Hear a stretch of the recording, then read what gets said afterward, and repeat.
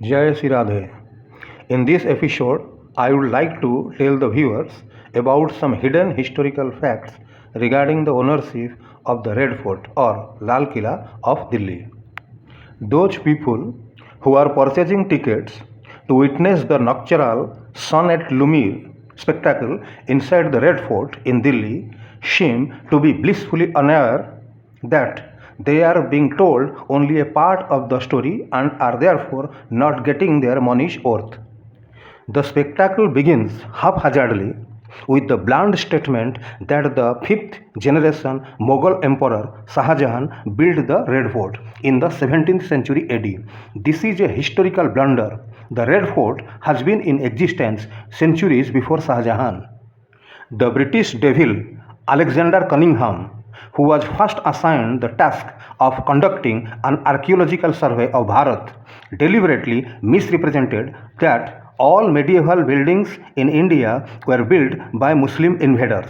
On page 134, volume 1 of his report published in 1871 AD, he says the 7 forts of which remains still exist are, according to my view, the following. Then he proceeded to make random dogmatic statements that Siri was built by Alauddin in 1304 AD and Tughlaqabad by Tughlaq Shah in 1321 AD, etc. A simple impromptu question will reveal these conclusions to be faulty. The crucial question we ask is, can big township be founded in a single year? Subsequent historians have blindly repeated the above assumptions without realizing that they are based on nothing better than General Cunningham's cunning concoctions. How dangerous and misleading such can be, especially when they relate to buildings in Hindustan credited to by one alien like Cunningham to other aliens like the Khiljis and Tughlaqs, is illustrated by the history of the Red Fort. Cunningham's my view approach has no place in historical research unless the so-called view is backed up with strong evidence and weighty arguments. Far from producing any such, Cunningham prefaces his dogmatic conclusion with an imponderable number of ifs and buts. On page 152 of his report, he notes, if the site of Red Fort may be fixed by the position of Anangatal as well as by that of the Iron Pillar, then the grand old fort which now surrounds the Qutub Minar is in all probability the very LΑLKOT that was built by Anangapal. This passage should be enough to convince the reader of the very hazy, slippery and absurd fabrications on which Indian archaeology and history have been basically founded. It therefore becomes necessary to investigate the origin of the Red Fort in Delhi. Let us note here that the term Red Fort is the exact translation of the term LΑLKOT. The second point which may be noted is that there is only one ancient building in Delhi which can be visually identified as LΑLKOT, that is the Red Fort. There is none other which meets that description. The public has also not been told that there is not even a single shred of paper available in the court record of Shah Jahan's regime with the remotest allusion to the building of the Red Fort by him. Had Shah Jahan built the Red Fort, there should have been papers pertaining to the acquisition of land, its survey, design drawings of that fort, bills and receipts for the material ordered, day-to-day expenditure sheets, and muster rolls of the laborers employed. There is no such record, not a bit of it. The inside of the Red Fort is scrawled with many Islamic inscriptions, but in none of them is there any claim of Shah Jahan having built anything. The inscriptions are all absurd, irrelevant scrawls like the ones with which irresponsible picnickers spoil others' buildings. As an illustration, we quote one which says, God is great, God is the holy. How beautiful are those painted mansions and residences. They are a part of the high heaven. I may say the high-souled angels are desirous of looking at them, etc., etc. The inscription goes on thus, blah blah blah, interminably. Do real owners or builders disfigure their own property with such nonsensical writing? Will not an owner builder etch, if at all, a relevant inscription recording the date and the purpose of the building, giving the name of the owner? But Islamic inscriptions in India never do that. They indulge in incoherent, irrelevant, absurd ramblings. We may here refer to a couplet scrawled in the Diwani Khas, means hall of private audience. It says, if there be a veritable paradise on earth, it is here, it is here. It ends there abruptly, without enlightening the reader as to who appraises the mansion as a veritable paradise, who built it, when, and for how much. But let us not leave it at that. Though the couplet reveals nothing positive, we may draw adverse inferences from it. Firstly, since the inscriber is shy of saying anything about the origin of the building, it is clear that the inscriber is a mere interloper and not the owner builder. Secondly, only a usurper praises a building sky high. The real owner builder very modestly terms his own creation as a mere cottage or hut. The usurper boasts about a building because he has fought to capture it.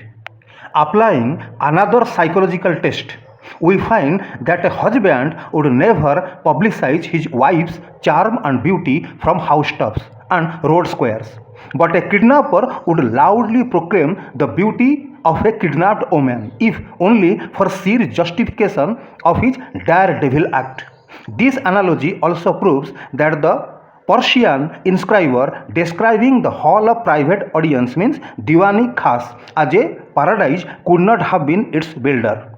The visitor to the Red Fort may also note that in the central apartment called the Aramgah, alias Khas Mahal, alias Khwabgah, the ancient Hindu royal emblem is still there, graphically depicted for everyone to see.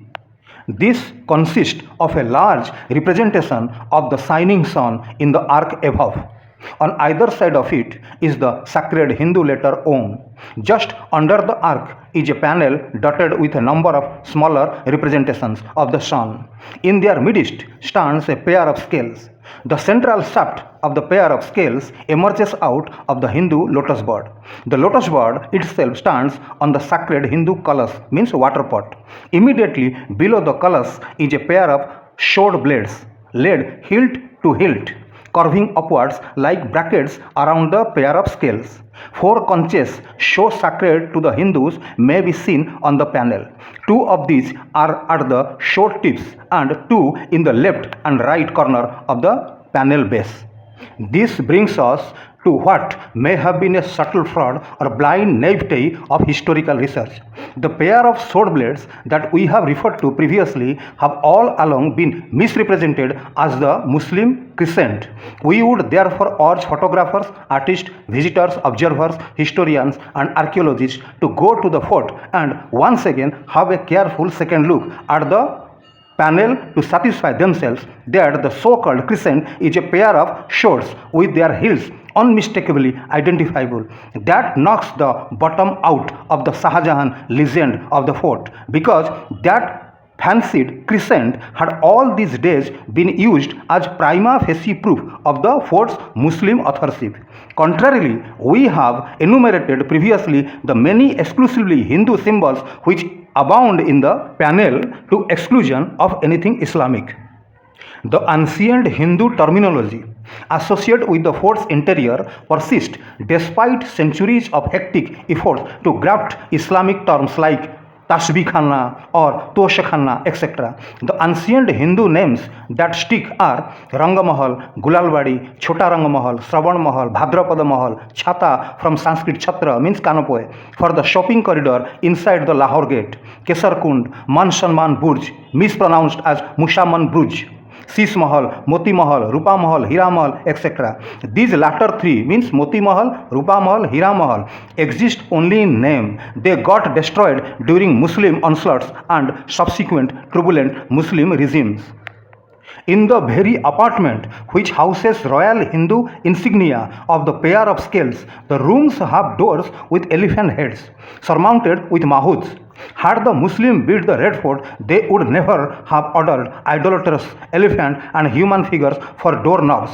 Similar life-size elephants also stand on either side of the Delhi gate of the fort.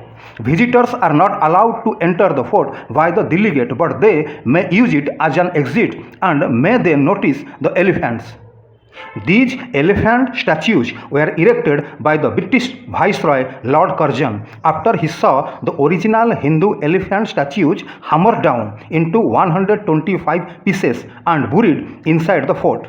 According to the historian Veneer, those Hindu elephants had been erected outside the Hathipul alias the Elephant Gate of the Nagar Khana alias Music House, which now houses British Army relics. The architecture of the fort is all Hindu. Its domes are all flower-capped. The fort is an irregular octagon like the ancient Hindu city of Ajodhya. Its cupolas and bastions and kishoks are all octagonal. Only Hindus have special names for all the 8 directions, and they also have supernatural guards for these 8 directions. In Sanskrit, it is called Ashta Dikpal. At the rear of the Red Fort, connected with a bridge, is a fortified bridgehead abutting on the Jamuna River. That portion of the fort is called Salimgarh. Since Salim was the father of Shah Jahan, his name is clear proof that the Red Fort existed even during Shah Jahan's father's time. The Pearl Mosque Moti Masjid inside the fort is attributed to Shah Jahan's son Aurangzeb. The very fact that Shah Jahan, though a fanatic Muslim himself, had no mosque inside the fort proves that he possessed the fort as an occupant and not its builder. In the Bodleian Library in Oxford is a painting depicting Shah Jahan receiving the Persian ambassador in the Diwani Am, Red Fort, Delhi in 1628 AD. That painting has been reproduced on page 32 of the Illustrated Weekly of India, dated March 14, 1971. Since Shah Jahan came to the throne in 1628, he could not have received that Persian ambassador in the Red Fort in the same year if the fort had not been in existence earlier. Mr. Basudev Saran Agrawal, an ex-archaeology official and also a well-known Indologist, has drawn chart in his book Harsha Charita, Ek Sanskritik Adhyayan, and has given elaborate descriptions proving that the royal apartments inside the Red Fort are identical with those described in ancient Sanskrit literature as belonging to Hindu kings. A Government of India publication 1932 AD titled Delhi Fort, a Guide to the Buildings and Gardens, notes on page 1 that Shah Jahan entered the fort for the first time to hold court by a back riverside door. Had Shah Jahan been the builder of the fort, he would have made a state entry by one of the city gates and would not have entered the fort stealthily by a minor back door. For the sake of brevity, we now mention a number of other proofs without elaboration. The Hindu sun emblem is carved all over the fort from the outermost gate to the innermost apartment. Even the so-called Pearl Mosque Moti Masjid has the Hindu sun depicted on its inner marble walls in the upper portion. On the sides of the entrance marble arch are depicted on either side a cluster of 5 fruits.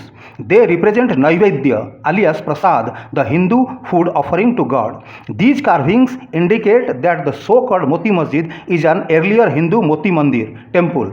This is further borne out by the fact that in the center of its inner court is a fountain with its proud stolen. Chandin Chowk, the main highway stemming from the Lahore gate of the Red Fort, is entirely inhabited by Hindus. Had Shah Jahan built the fort, he would have populated the main highway with Iranians, Turks, Arabs, Abyssinians and Afghans, who constituted his near relations and influential courtiers.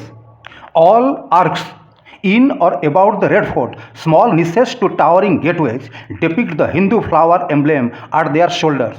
The river bank at the rear of the fort is known as Rajghat, which proves that generations of Hindu kings or Rajas lived in the Red Fort for centuries before Shah Jahan. Had only Mughal Badshahs from Shah Jahan onwards lived in the fort, the river bank should have been called Badshah Ghat and not Rajghat. The shrines nearest to the fort are all non-Muslims, such as Jain Red Temple and Gauri Shankar Temple. They would not have been there had Shah Jahan built the fort. So, there are many such proofs if only the public and the government care to investigate the history of the Red Fort in Delhi. In the meantime, let not the government sponsor sonnet lumiere spectacles and history books and students, teachers and archaeology officials repeat the silly mistake of proclaiming that the Red Fort in Delhi was built by Shah Jahan, since it was built centuries before him by Hindu royalty. So, my humble request is to all the Sanātani Hindus that do something according to your capabilities to protect the dignity of your motherland, Bharatavarsha. Thank you very much for watching this video. Hare Krishna, Jai Sri Radhe.